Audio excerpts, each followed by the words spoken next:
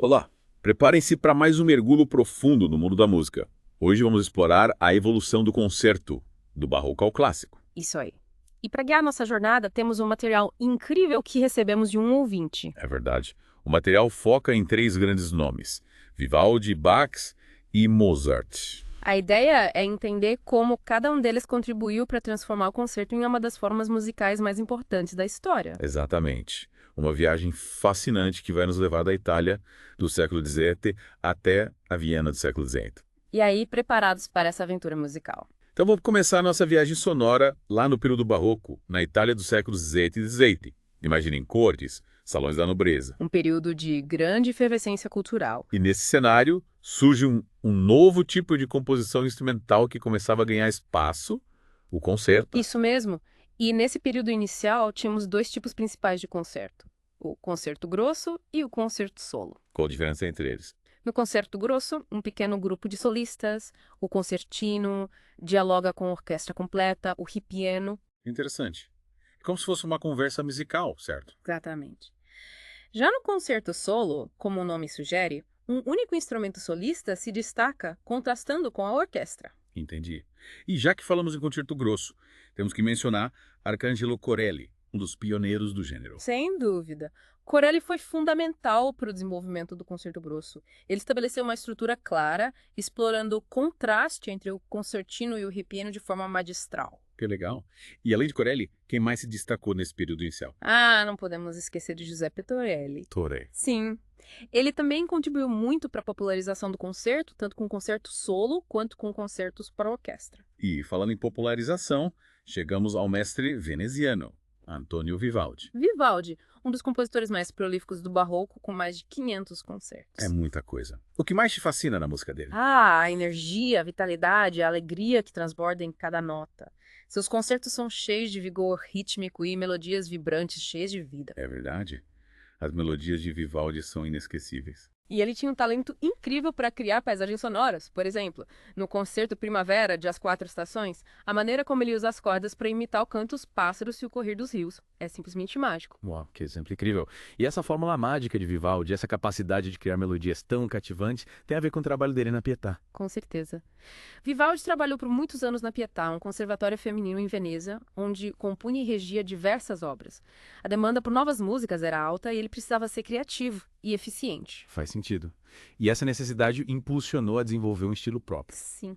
Ele criou uma espécie de receita, um modelo que lhe permitia compor com rapidez, mas sem perder a qualidade e a originalidade. Essa receita era simples, mas flexível e permitia uma variedade enorme em suas composições. Interessante. Então, a necessidade de produzir em grande quantidade o impulsionou a ser criativo. E essa é a criatividade que faz a música dele ser tão atemporal e apreciada até hoje. Ok. Agora, vamos dar um salto no tempo, saindo do barroco e chegando ao período clássico. E para fazer essa ponte, vamos falar de um compositor que teve um papel fundamental. Johann Christian Bach, o filho caçula de Johann Sebastian Bach. Johann Christian Bach, um compositor que, apesar de viver à sombra do pai, teve uma importância enorme na história da música. É verdade. E ele teve uma formação musical privilegiada, aprendendo com o pai, um dos maiores gênios da música, e com o irmão Carl Philipp Emanuel Bach, outro grande compositor. Mas ele não se limitou à tradição familiar. Exatamente. Ele decidiu trilhar seu próprio caminho. Mudou-se para Milão e depois para Londres, absorvendo novas influências e moldando um estilo próprio. Verdadeiro cosmopolita musical. Sem dúvida. Sim. E essa mistura de estilos, essa fusão da tradição alemã com a leveza italiana, resultou em uma música elegante, sofisticada e cheia de charme. E essa sonoridade nova influenciou outro grande compositor, Wolfgang Amadeus Mozart. Sim, Mozart conheceu Johann Christian em Londres quando ainda era criança e ficou fascinado por sua música. Ele até adaptou algumas sonatas para teclado de Bach em seus próprios concertos. Que legal. Imagina o impacto que esse encontro teve na formação musical de Mozart. Foi enorme. A influência de Johann Christian ajudou Mozart a desenvolver seu próprio estilo mais leve, elegante e expressivo. E essa conexão entre eles é crucial para entendermos a evolução do concerto. A partir de Johann Christian, O concerto se torna um veículo ainda mais poderoso para a expressão individual, explorando o diálogo entre solista e orquestra de forma cada vez mais complexa. Mas isso é assunto para a próxima parte da nossa jornada. Fiquem ligados. E aí prontos para continuar nossa viagem pelo mundo dos concertos. Com certeza. Na primeira parte, exploramos as origens do concerto no período barroco e vimos como compositores como Vivaldi e Johann Christian Bach pavimentaram um caminho para o surgimento do concerto clássico. Isso mesmo. E agora, vamos nos aprofundar na obra de um dos maiores gênios da música, Wolfgang Amadeus Mozart. Mozart, um compositor que levou o concerto a um novo patamar artístico. Mas antes de mergulharmos nas suas obras-primas, queria retomar um ponto que você mencionou na primeira parte, a influência de Johann Christian Bach no estilo de Mozart. Ah, sim. A influência de Johann Christian foi fundamental para Mozart. Ele introduziu Mozart a um estilo mais leve, galante, que contrastava com o estilo mais contrapontístico e denso do pai de Johann Christian, Johann Sebastian Bach. E como essa influência se manifesta nos concertos de Mozart. Mozart absorveu a elegância e a clareza do estilo de Johann Christian, mas foi além. Ele combinou essa influência com sua própria genialidade, criando um estilo único, equilibrado e expressivo. Interessante. Então Mozart conseguiu sintetizar diferentes estilos, criando algo novo e original. Exatamente. E essa capacidade de síntese é uma das marcas da genialidade de Mozart. Ele conseguia combinar elementos de diferentes estilos, criando uma música que era ao mesmo tempo complexa e acessível, erudita e popular. É verdade. A música de Mozart tem essa capacidade de tocar o coração e a mente ao mesmo tempo. E nos seus concertos, essa dualidade se manifesta de forma brilhante. Sem dúvida, Mozart explorava o diálogo entre o solista e a orquestra de forma magistral, criando momentos de grande beleza e virtuosismo. E falando em diálogo, como Mozart estruturava seus concertos? Ele seguia a estrutura tradicional do concerto barroco. Mozart herdou a estrutura básica do concerto barroco, com 3 movimentos. Um rápido, um lento e outro rápido. Mas ele o aperfeiçoou, integrando elementos da forma sonata, que era a estrutura predominante nas sinfonias e sonatas do período clássico. Então ele combinou elementos do barroco e do classicismo, criando um estilo próprio. Exatamente. E essa fusão de estilos é uma das características mais marcantes dos concertos de Mozart. Ele pegou a forma de ritornello do concerto barroco e a integrou à forma sonata, criando o que chamamos de ritornello sinfonizado. Ritornello sinfonizado. Que nome complicado. Pode parecer complicado, mas a ideia é simples. Mozart adaptou a forma de ritornello, que era baseada na repetição de um tema principal. A estrutura da forma sonata, que se dividia em 3 seções: exposição, desenvolvimento e recapitulação. Entendi. Então ele pegou uma estrutura antiga e a modernizou, integrando elementos de um novo estilo. Exatamente. E essa inovação permitiu que ele explorasse o diálogo entre o solista e a orquestra de forma mais dinâmica e complexa. E essa complexidade se manifestava como na prática. De várias maneiras. Mozart usava a orquestra não apenas como acompanhamento, mas como um interlocutor, um parceiro de diálogo com o solista. Ele explorava as diferentes sonoridades da orquestra, criando texturas ricas e contrastantes. Interessante. Então a orquestra tinha um papel muito mais ativo nos concertos de Mozart que nos concertos barrocos. Sim. Para Mozart, a orquestra era um elemento dramático fundamental, que contribuía para a narrativa musical, para a criação de atmosferas e emoções. E essa concepção da orquestra influenciou os compositores que vieram depois dele. Com certeza. A influência de Mozart é notável em compositores como Beethoven, Schubert, Brahms e muitos outros. Eles se inspiraram em Mozart para explorar novas possibilidades do concerto, expandindo sua forma, sua expressividade e sua sonoridade. E para ilustrar essa genialidade de Mozart, vamos analisar um dos seus concertos mais famosos. O concerto em Sol Maior, K453. Ótima escolha. Ok, 453 é um exemplo perfeito do estilo maduro de Mozart. Um concerto que combina beleza, elegância, virtuosismo e profundidade emocional. E como Mozart explora o diálogo entre o solista e a orquestra nesse concerto? De forma magistral. No primeiro movimento, por exemplo, ele usa a dupla exposição, um recurso que já vimos antes, para dar destaque ao solista.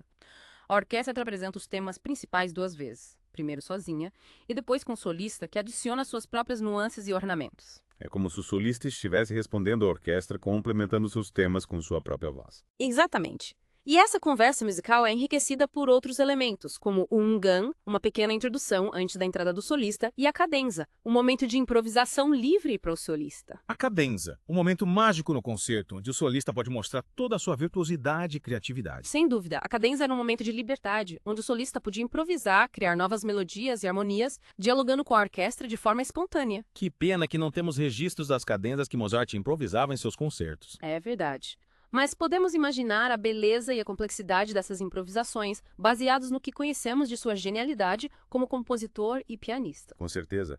E o Cato Teto 653 Melhores, Modus Novenae Sociedades em Diversa, sim, inspiração. Sem dúvida. O segundo movimento, um andante em dó maior, é um dos momentos mais belos e comoventes de toda a obra de Mozart. Um momento de pura poesia musical, um convite à introspecção e à reflexão. E o terceiro movimento, um allegretto, nos contagia com sua alegria e leveza. É como se Mozart, após nos levar pelas profundezas da alma humana no segundo movimento, nos convidasse a celebrar a vida, a dançar, a sorrir. É verdade. O terceiro movimento é um final triunfal para o concerto, um momento de pura celebração da vida e da música. E essa alternância entre momentos de introspecção e extroversão, de drama e leveza, é uma das características marcantes do estilo de Mozart.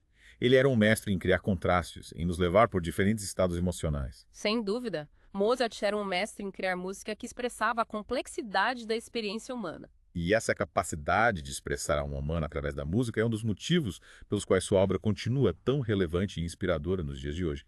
Mas por hoje, vamos ficando por aqui. Na próxima parte da nossa jornada, exploraremos o legado de Mozart e como sua música influenciou gerações de compositores. Até lá! E aí, chegamos à parte final do nosso mergulho no mundo dos concertos. Que jornada incrível! É verdade. Vimos como o concerto evoluiu do barroco ao clássico, explorando a genialidade de Vivaldi, Bach e, claro, o mestre Mozart. E agora, para fechar com chave de ouro, vamos analisar o legado de Mozart e como ele influenciou a música dos séculos seguintes. É isso aí. Mozart, com sua genialidade, redefiniu o concerto clássico. Ele estabeleceu um modelo que seria seguido e reinventado por gerações de compositores. Sem dúvida. E essa influência se estende até os dias de hoje. Compositores contemporâneos ainda encontram em Mozart uma fonte de inspiração. É impressionante como a música dele continua tão viva e relevante. Uma das coisas mais fascinantes é como Mozart via a orquestra, né? Ele não a via como um mero acompanhamento para o solista. É verdade, ele dava à orquestra um papel muito mais importante. Sim. Para Mozart, a orquestra era um personagem ativo na narrativa musical. Que interessante. E como isso se refletia na prática? Bom, ele explorava as diferentes sonoridades da orquestra, criando texturas ricas e variadas. Ah, entendi. Ele usava os instrumentos para dialogar com o solista, comentar os temas, criar atmosferas, emoções. Exatamente. Era como se a orquestra tivesse uma personalidade própria. E essa concepção influenciou compositores como Beethoven, Schubert, Brahms. Nossa, quanta gente! Então a influência de Mozart foi enorme. Foi gigantesca. Eles se inspiraram em Mozart para explorar novas possibilidades do concerto, expandindo sua forma, sua expressividade, sua sonoridade. E Beethoven, por exemplo? Ele foi influenciado por Mozart. Com certeza. Beethoven era um grande admirador de Mozart. Ele expandiu a dimensão do concerto tanto em termos de duração quanto de intensidade emocional. Seus concertos são verdadeiras epopeias musicais. Beethoven era realmente grandioso. E essa busca por uma expressão cada vez mais intensa, mais dramática, será que também tem a ver com a influência de Mozart? Sem dúvida, Mozart abriu caminho para essa nova forma de expressão mais subjetiva, mais pessoal. Fascinante. Então a influência de Mozart não se limitou à estrutura e à sonoridade do concerto. Ela também se manifesta na forma como os compositores românticos abordavam a relação entre o solista e a orquestra. É isso mesmo. Mozart via o concerto como um diálogo, né? Um diálogo entre duas forças musicais distintas que deviam se complementar, se enriquecer mutuamente. Um diálogo musical, que lindo. E essa concepção influenciou profundamente os compositores românticos, que exploraram essa relação de forma cada vez mais intensa, mais complexa. E a gente pode ver isso nos concertos de Schumann, de Chopin. Exatamente. Eles exploram essa relação entre solista e orquestra de forma poética, intimista, criando momentos de grande beleza, de sensibilidade. É como se o solista estivesse confidenciando seus sentimentos à orquestra. É uma bela imagem. E essa concepção do concerto como um espaço para expressão individual, ela se intensificou ainda mais no século XX, com compositores como Rachmaninoff, Prokofiev, Shostakovich. Nossa, o concerto passou por tantas transformações. É verdade. Mas a essência do diálogo, da interação entre solista e orquestra, essa essência permaneceu. Que legal. É como se Mozart tivesse plantado uma semente que continuou a florescer ao longo dos séculos. Exatamente. E essa semente continua a gerar frutos até hoje. Compositores contemporâneos ainda se inspiram em Mozart para criar suas próprias obras. É incrível como o legado dele atravessou séculos e continua vivo. Mozart é um daqueles artistas atemporais, né? Sua música é universal e continua a nos emocionar e inspirar. É verdade. E o concerto, essa forma musical que ele moldou com sua genialidade, continua sendo um dos gêneros mais populares e apreciados da música clássica. Sem dúvida.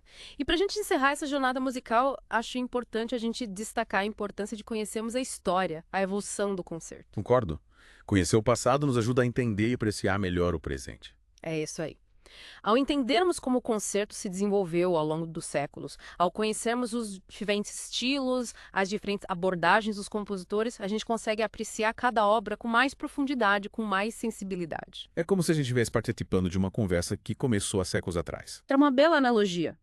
E essa conexão com a história, com a tradição, com a genialidade humana é o que torna a música clássica tão especial, tão enriquecedora, tão essencial para nossas vidas. E por falar em conexão, queremos agradecer a você, nosso ouvinte, por ter mergulhado com a gente nesse universo fascinante do concerto. Esperamos que essa jornada musical tenha sido inspiradora, que tenha despertado em você a vontade de conhecer mais, de explorar mais esse mundo incrível da música clássica. E lembre-se, a música é um presente, um tesouro a ser descoberto, apreciado e compartilhado. Continue explorando, continue se emocionando. Até a próxima. Até a próxima.